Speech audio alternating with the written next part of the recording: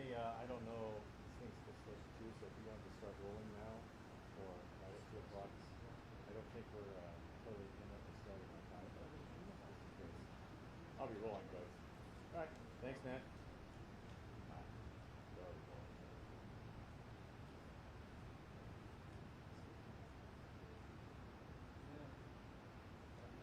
You want me to, well, we don't get,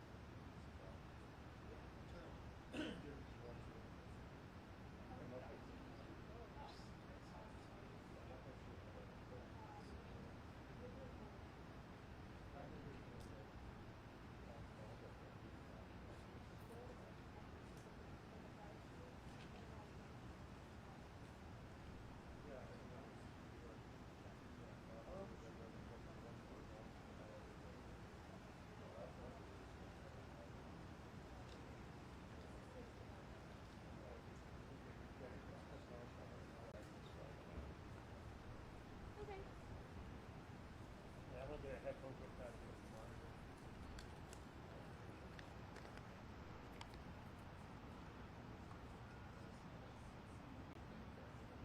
Was that, yeah, is that good?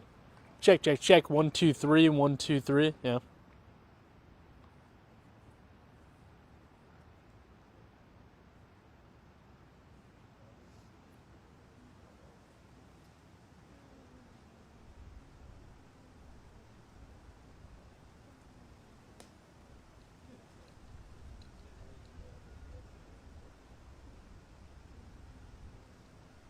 I am so glad you're all here.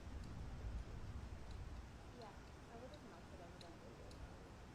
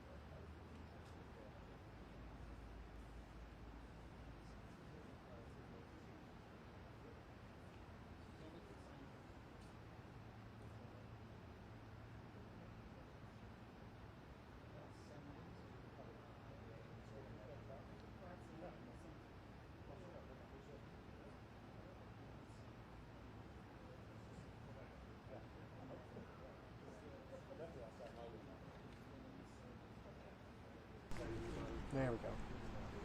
Okay. Like I said,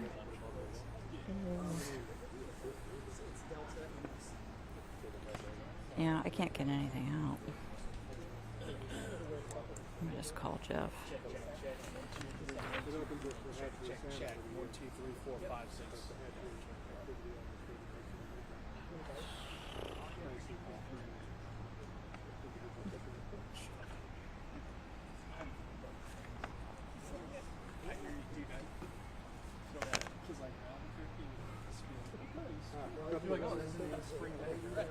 I think that needs to be replaced. It's kind of falling apart 3 times already.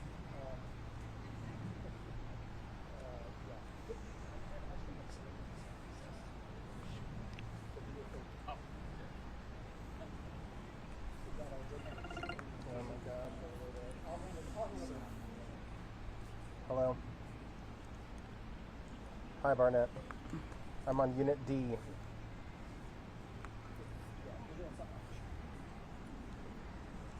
That's helpful. I can't get anything. I can't even get an email to go through. God. Nothing.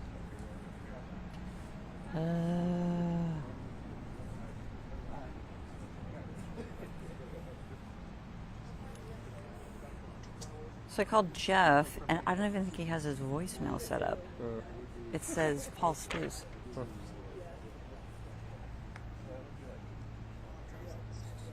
Oh, awesome. Yeah, I need the Wi-Fi if I can get the Dragon. It was up, but then it disappeared.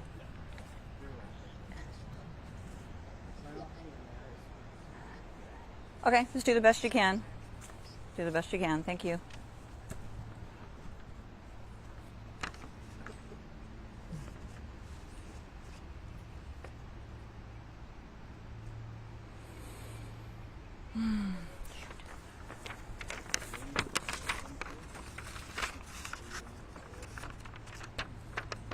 Ooh, wee.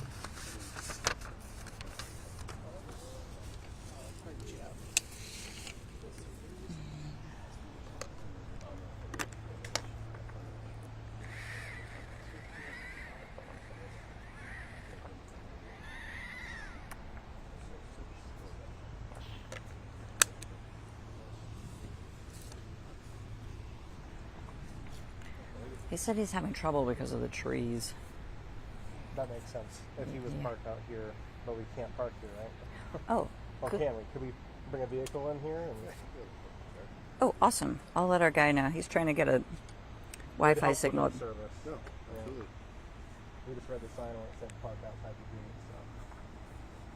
I think we'll probably get past. I think we'll get past that. Channel 13 Ooh. is along. I like to see. Yeah. What? You following the He's walking over right now. Oh, he is? Yeah. Oh. Yeah, first time today.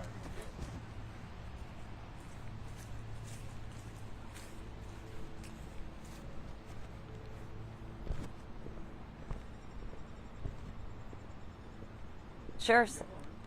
Well, I didn't want you to have to walk if you don't have to. The sheriff says you can bring your car up here. He's trying to get a hold of you. I'm already set up there. I can't do Thing on. Reaching. Well, we need the Dragon to work, so you're going to need to move it. It's So it's not coming up, so why don't you move it to here?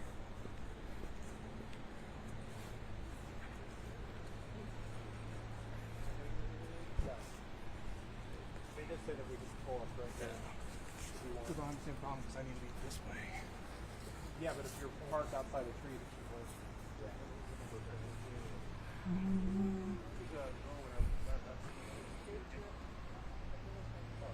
Are y'all firing up the Starlink?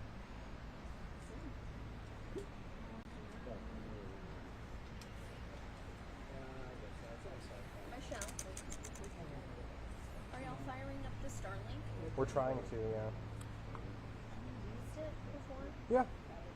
Are you guys? Are you having? Are you able to do Wi-Fi or anything? They're looking at us back there, so That's what I was gonna say. Are you sure they can see us? Because Oh, they're recording. I called my EMG and they said I got that.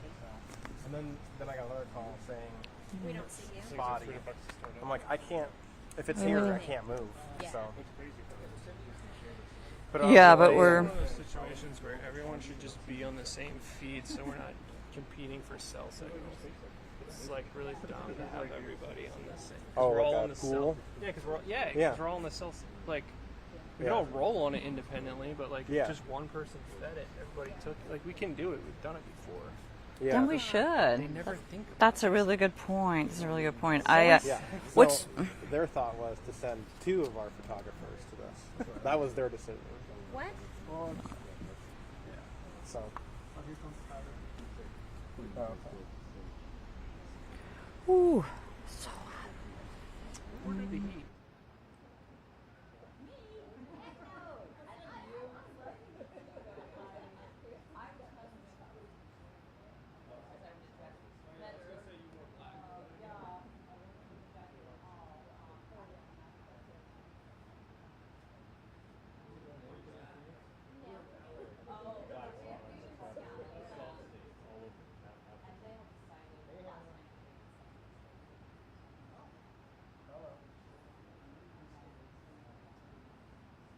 Yeah.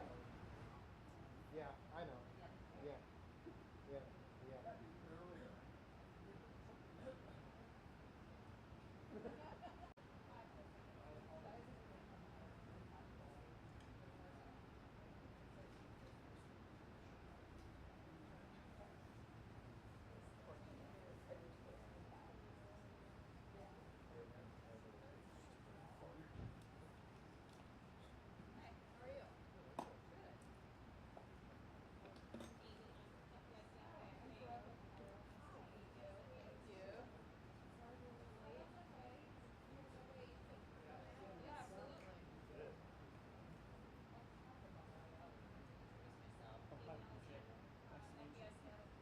Okay. Yeah, we'll be up here in just a second.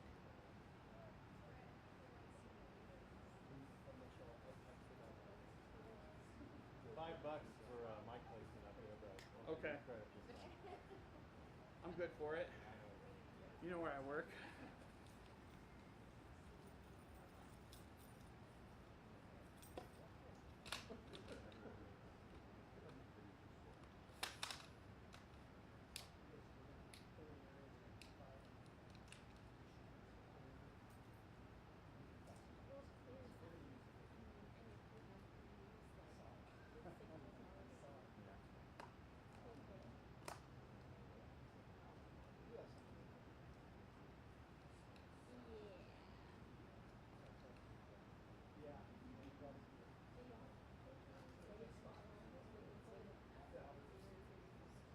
We don't have King 5 here yet, do we?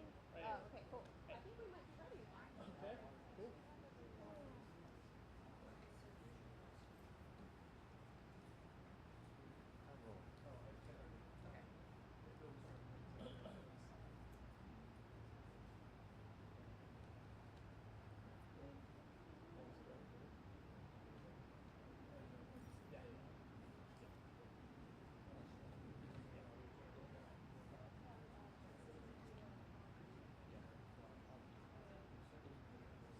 Just when you guys start talking, make sure you stand by the podium.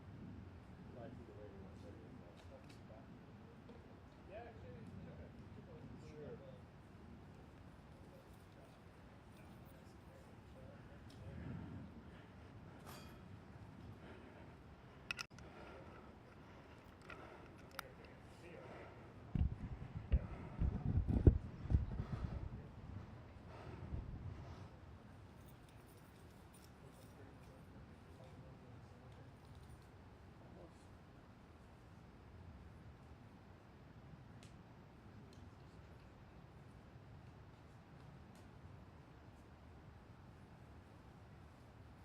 Jay.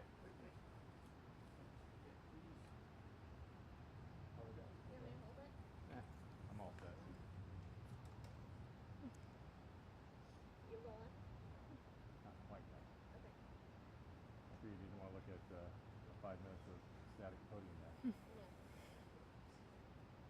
Which is what they're doing at the station. 10 minutes.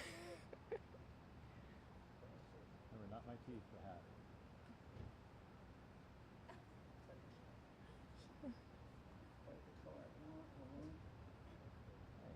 okay.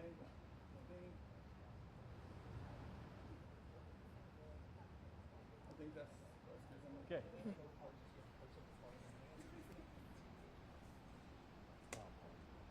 Can everybody hear me okay?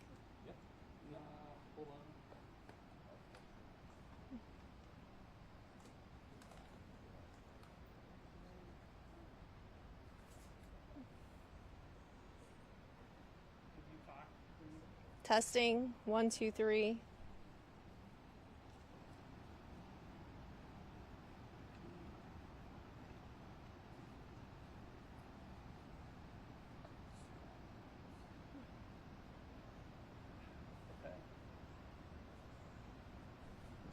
I'm good. Could you just count to 5 and I'll be ready? 1, 2, 3, 4, 5. Thank you.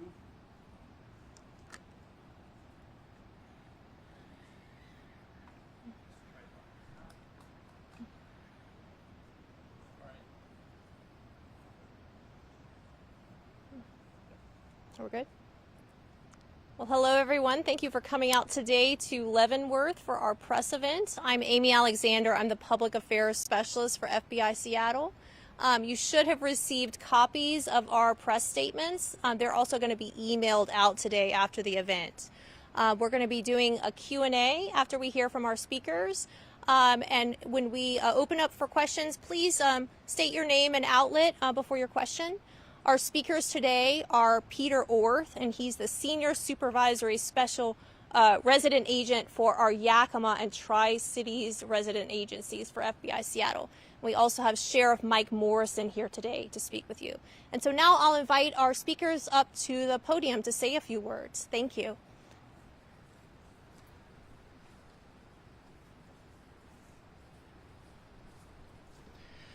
Good afternoon, everyone. My name's Peter Orth. I'm the Supervisory Senior Resident Agent for the FBI offices in Yakima and Tri-Cities.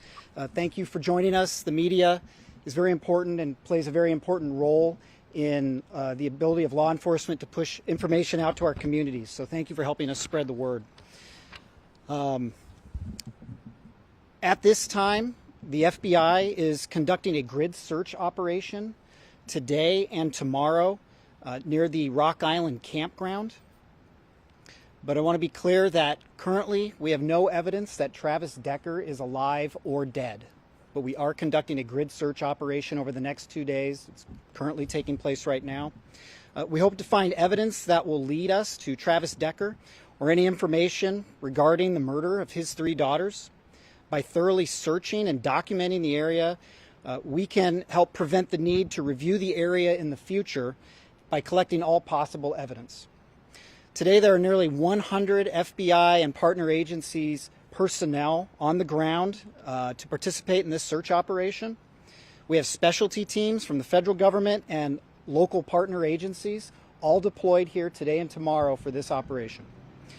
For almost 3 months, the investigators, led by the Chelan County Sheriff's Office and the FBI, have carefully followed hundreds of tips regarding the search for Travis Decker in this investigation. It's taken us over rough terrain, difficult areas, multiple states, remote locations that are inaccessible. The residents and visitors of Chelan County know very well that these areas are covered with vast dirt roads that stretch for miles, no cell phone service, and many other challenges. That effort gets more difficult as time goes on. The elements bury, they carry away, erode the very items that we're looking to seek and capture for the investigation. Our search teams today are out in 90-plus degree weather trying to gather all this evidence. FBI Seattle wants to assure the communities in Leavenworth and Wenatchee, as well as Chelan County and Washington State, that this case is a priority for the FBI. That is why we're here today. This is a beautiful area in which a heinous crime occurred. We are here to seek justice for Peyton, Evelyn, and Olivia. We are here to find answers for their family, friends, and the community. And we are here to hopefully provide some measure of closure to their loved ones in this senseless tragedy. We want to thank all the hikers, campers, and the community for their patience as we had to close down a very popular area for recreation. I would ask people that were inconvenienced by this to consider themselves indirect contributors to the search operation. To the community, if you find any information that you think is helpful to this investigation, we're directing you to the U.S. Marshals tip line. Please report any information you feel is appropriate for the investigators to the U.S. Marshals. And Sheriff Morrison has some comments.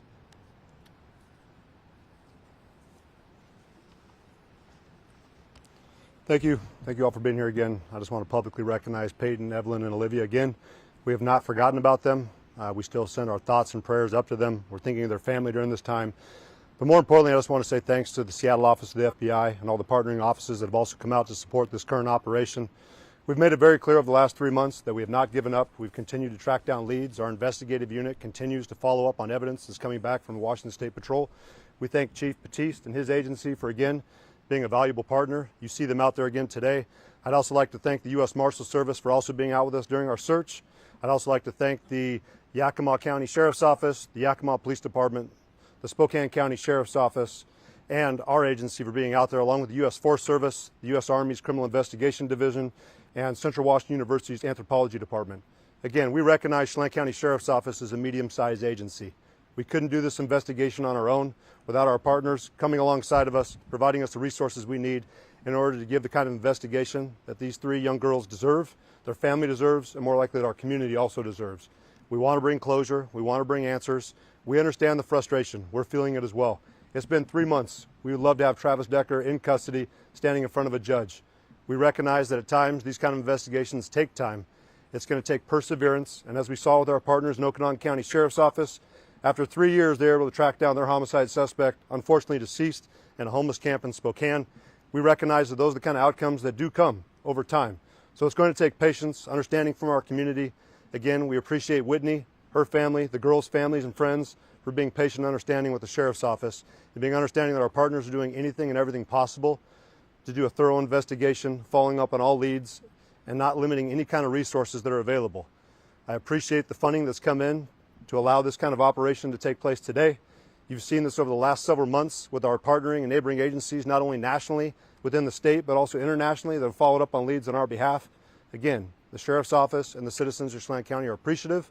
We'll continue to be appreciative.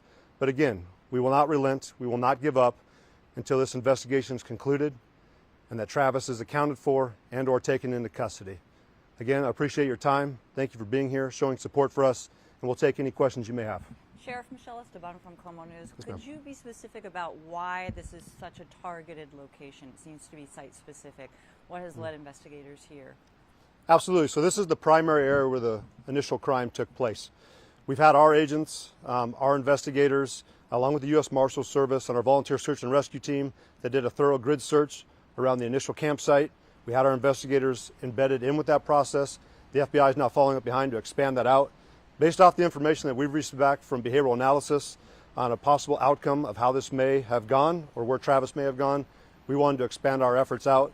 And further, we wanted to support and provide a solid foundation for our investigation and what areas we have searched for future investigators when they come on scene if we haven't settled this or found Travis in the next couple of years. But it's going to take us some time, and we're going to continue to do a thorough search and continue to expand out around the initial crime scene to ensure we didn't miss anything.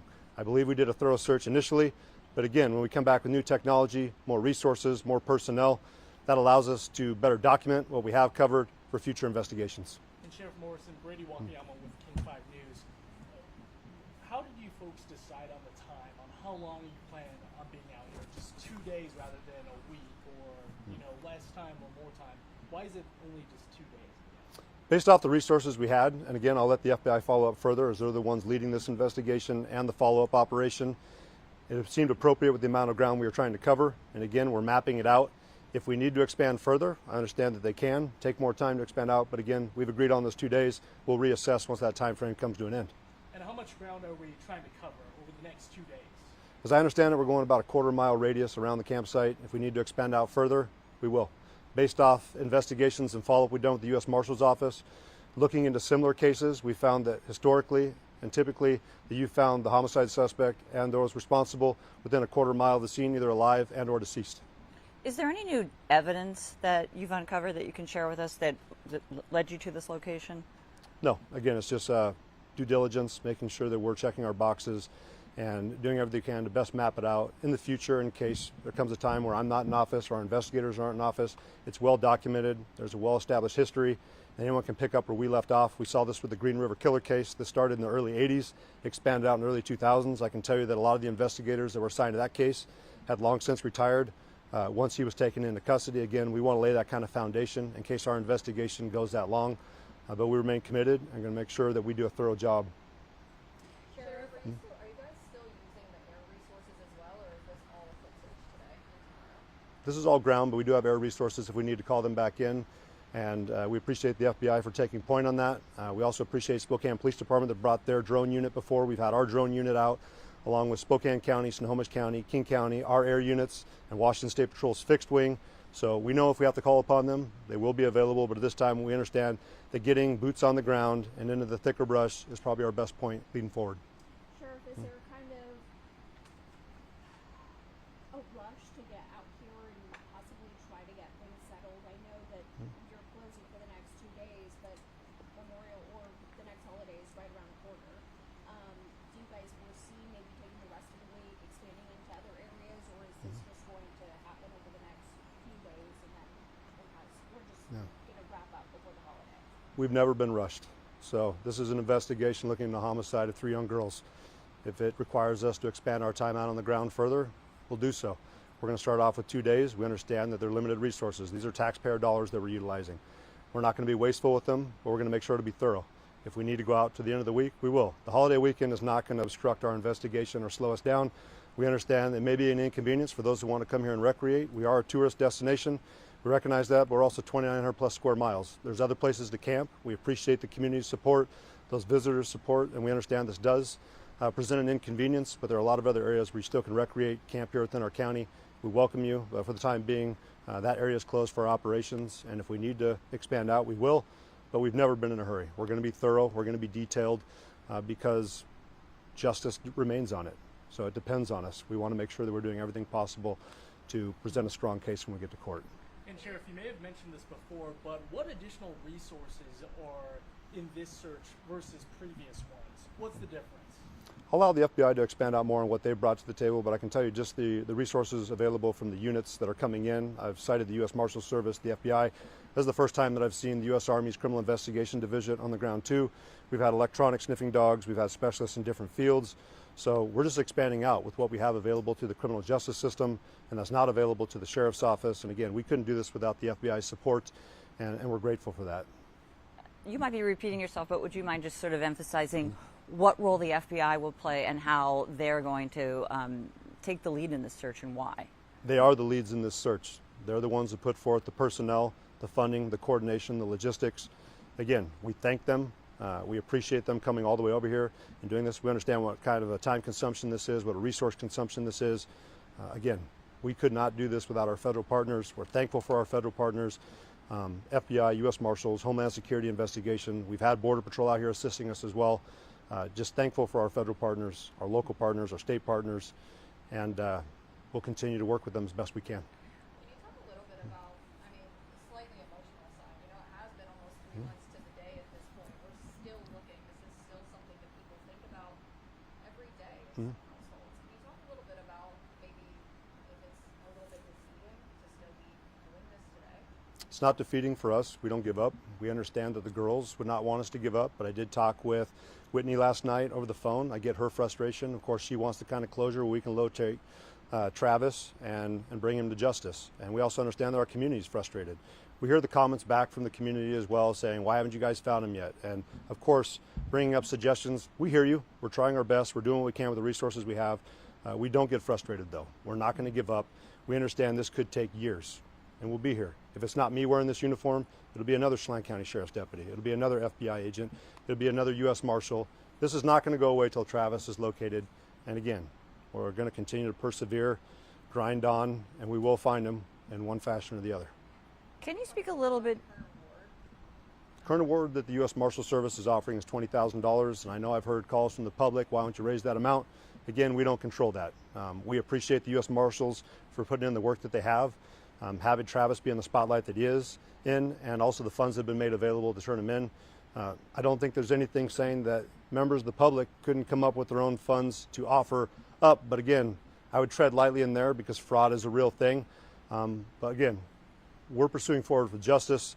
We hope that individuals do take the award as a serious offer, and we'll continue to work with the Marshal Service. If we're able to get additional funding, we're grateful for that as well. Can you speak a little bit to, I know we've talked about the terrain extensively, his military training, but what is the likelihood with the type of weather we've experienced that Travis Decker is alive at this point? Yeah, we'd never presume that he's alive or dead until he's accounted for or found in one fashion or the other. I've said it before, I don't believe he's special in any way. He was part of the military. I appreciate his service. Right now, he's a criminal at large. He's wanted for murder and kidnapping. We have other individuals on the ground that are more trained. Our instructors in this field are actual survivalists, and I feel like we have the right members on our team, and he's got a lot of people hunting against him. I've said it before, he's got to be perfect every single day. We just have to be perfect once, and if he is still alive, I got to imagine he's pretty tired by now. But we understand the likelihood that there could be a potential that he is deceased, but until we find him, alive or dead, we're going to continue to search. Question for Agent Orth, if I could. Sir. The question was asked, sir, about resources. Jefferson Robbins with NCWA TV. The question was asked about FBI resources, and I know this is characterized as a grid search, but can you say anything about the people involved in the grid search? Are there people with specialties, special skills that you wanted to have for this operation? Yeah, absolutely. So we brought in people with specialty skills. The FBI maintains what's called the evidence response team. We have many of those individuals embedded with the teams. We have members of the FBI SWAT team embedded with each of the search teams that are out there. And to be clear, there are a number of search teams that are searching this area. It's not one big team moving around. It's several smaller teams. So we have those experts there. We have experts from outside agencies that are here. So we have electronics experts currently on the ground right now at the Rock Island Campground. So any possible investigative or search personnel that would bring an expertise to the table, they are here today. The notice of the closure of the Forest Service area came out on Friday. How far in advance was this operation planned? It's something we've been discussing for a while. It takes a long time to put this many resources, 100 people together with the right expertise in the same place at the same time. We also didn't want to, impact the public unduly because this is such a popular area.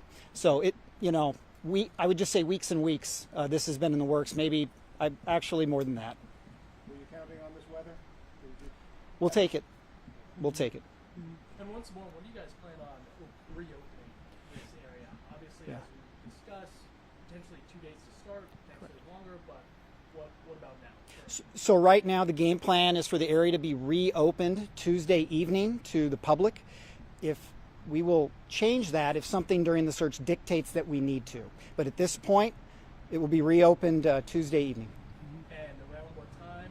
Do we have a Yeah, the Forest Service websites post a specific time. I believe it's roughly 5 o'clock. The Forest Service website has it for sure. When we're talking about this search, is it day and night, or are we doing like a 9 to 5 search? What does that look like? So it's more daylight hours is when we're searching. Even though it's really hot, we're searching daylight hours. We are going to have personnel overnight at the scene, but they will not be conducting the search. But it's daylight hours searching. That gives us the highest probability of spotting something visually because this is just an old-fashioned ground search. As Sheriff said, boots on the ground, eyeballs looking at the ground. And for anybody who's gone into this area and hiked, they know it's thick and dense. For anybody who's gone into this type of area and bushwhacked, which is what the teams are doing now, they know it's incredibly intense. And so it's just very manpower intensive. And you say overnight personnel, what's their role in all this? Scene security. Yeah, the scene is locked down. We don't want people coming in at night. So we have personnel who've locked the scene down. Is it unusual for the FBI to be involved in a search like this, and why or why not? No, it's not. This is a federal crime. There's a federal warrant out for Travis Decker, and so it's not unusual. The FBI can bring, as we've talked about today, a tremendous amount of resources to these problems. A rural area, remote, no cell phone service. We can bring those resources to the table. We can partner up with our law enforcement partners to be force multipliers. But at the end of the day, there's a federal crime several federal crimes that have been committed, and so we're shoulder to shoulder with the sheriff's office. Okay. Why now? It's been almost 3 months. You guys have gone over this a few different times. Several agencies have. You've gone back to Rock Island a few times. Why now? Do you think you'll actually find something different? Well, we have to believe that. Yeah, there's nothing wrong with being. You can't be too thorough in a search like this. Like I said, it is such incredibly dense vegetation that anybody who walks down one of these trails could walk 10 meters off the trail and no one would ever know they're there. And so by coming in with a very, I would say, sophisticated search operation where everything has been divided up by GPS coordinates, responsibilities have been divided up very specifically. It's going to be documented electronically and visually what ground has been searched, what's been cleared, so that potentially future teams that come in don't need to go over the same area. Is there a fear that it's too late? I mean, there's been campers there. There's been people walking through that area. You know, evidence stomped all over potentially. Is it too late? No, it's definitely, it's never too late to go look for evidence. So no, we don't feel that way. So I just want to be clear, is there a break in the case here? Does that have anything to do with why you're targeting this area? Or is it what I'm hearing? We just need to be abundantly thorough and cover that grid, which we know we can do in 2 days. We need to be abundantly thorough and cover that grid very, very thoroughly, because the overgrowth, things on the ground get grown over very quickly. So we just want to be very thorough. There is no break in the case, to use your term. Okay. And the equipment they're going to be using, is this just like machetes? I mean, are they bushwhacking through? What, I mean, so is there's there any heavy equipment? nothing 'Cause it's special. with that terrain, you So probably can't. we have communications equipment back there because there's no cell phone service at all, but we have communications equipment back there so teams can be connected with our resources at FBI headquarters, outside resources if we need to bring additional things in, so the sheriff's office and the FBI can speak. But really, it is old-fashioned hard work, people walking through the woods, looking at the ground within sight of each other, not missing a single square foot to make sure that this area that we were responsible for has been cleared and there's nothing of interest here. We need to now look somewhere else. Okay. Kevin Teeter, KHQTV. Are you confident that 2 days is enough to cover this, what was it, quarter-mile radius beyond the campground? Yeah, as of now, this is the right amount of time. We may actually be able to expand outside the quarter mile depending on how the search teams do this afternoon and tomorrow. We may actually go further out than what we initially intended. So. And I suspect, I don't want to assume that you agree with the sheriff, that historically, when you look at other cases, perhaps that are somewhat similar, oftentimes you may find your suspect within that radius. Do you believe that? And, Yeah. and is that why? Can you just speak to that for a sec? Yeah, the FBI believes that too, that, generally in these cases, not all the time, but a good amount of time, what we're looking for is not vastly different than the area where the crime occurred. So that is why we've centered our search operation today on where the crime occurred. Okay. Does anybody think he's got any sort of help? We're open to all possibilities. Is there a water element to this search? The river's been searched once or twice. Yeah. Ted Morrison was on one of those searches. This time around too? Sheriff, you want to speak to the water search? The FBI has a team up there right now from the Spokane County Sheriff's Office that's evaluating the area, but I don't believe they're in the water today. So we brought Spokane County Sheriff's Office's dive team in. There were certain areas that our Swiftwater team could not access just because if you're diving underneath log jams, that was an area that we didn't have the equipment for. So Spokane County, thanks to Sheriff Knowles, has offered up their dive team to come in, search areas that we weren't able to get to. They should have their scuba gear, their dive tanks that's going to allow us to get into areas that, again, we weren't able to access, the National Park Service wasn't able to access.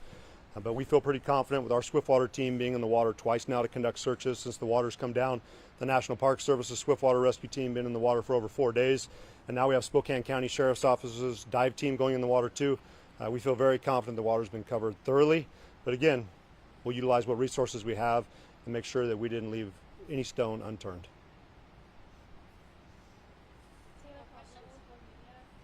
Beyond the grid search, do you guys have any other specific areas that you're keeping an eye on that are identified? So for today, the operation is the grid search centering at the Rock Island campground.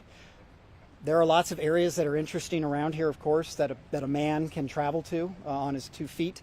But today we're just focused on the Rock Island campground area. I I have a question. Sir. Scott Hobson with Fox 13. When you're, maybe not this case necessarily, but in your past experience, what kind of clues might you be looking for? Like maybe perps lose ball caps or shoes or something. Yeah. We're looking for anything interesting that is in the wilderness that would be left there by a person, specifically a man trying to evade law enforcement. So we're looking for anything. Have there been any recent sightings?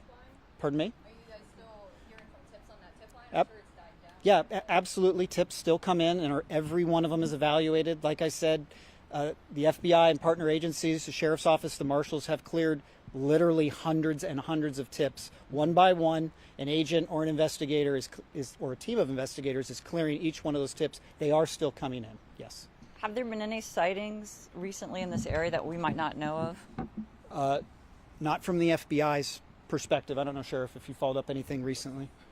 So we've had reported sightings. We've had our partnering agencies, and of course our agency also tracked down. They have not turned out to be Travis, but again, we appreciate the community remaining vigilant, reporting it to us, and again, we're not going to overlook any investigation or tip that comes in. So we get it. Just our most recent sighting that we documented over there in Idaho. Clearly, that did not turn out the way we wanted to, but we appreciated the public again being aware of what was going on. Most recently here, I was talking with the sheriff with King County. It sounded like one of their council members had also viewed someone potentially when they were out hiking the Pacific Crest Trail. King County Sheriff's Office went out and did a follow-up on that. We appreciate it. We know they're spending around 12 hours more, from what I understand, doing a search, following up on that information, but again, it didn't pan out. But we continue to get it. Even today, as I was going through my mailbox, we had a couple more potential sightings that came in. We'll forward it back over to our partners of the U.S. Marshals Service and our investigators. But we do have things that we're following up on, and again, we appreciate the public for helping us out. Sheriff, would you mind just reminding me, has there ever been a sighting of him right in that Rock Creek campground, Rock Island campground, after the bodies were recovered? There was one potential sighting that we had with our search crew when they were up in the Enchantments area in the helicopter. We did track that down, but I'd also point out when Kittitas County, thanks to Sheriff Myers and his staff for following up and helping us out, they had an individual that was a potential sighting that took off running from them. They did catch up, and unfortunately we just found out it was an individual who didn't like law enforcement. I don't think it's the first time we probably experienced that in our careers, but we get those kind of incidents as well. Okay, thank you. Yep.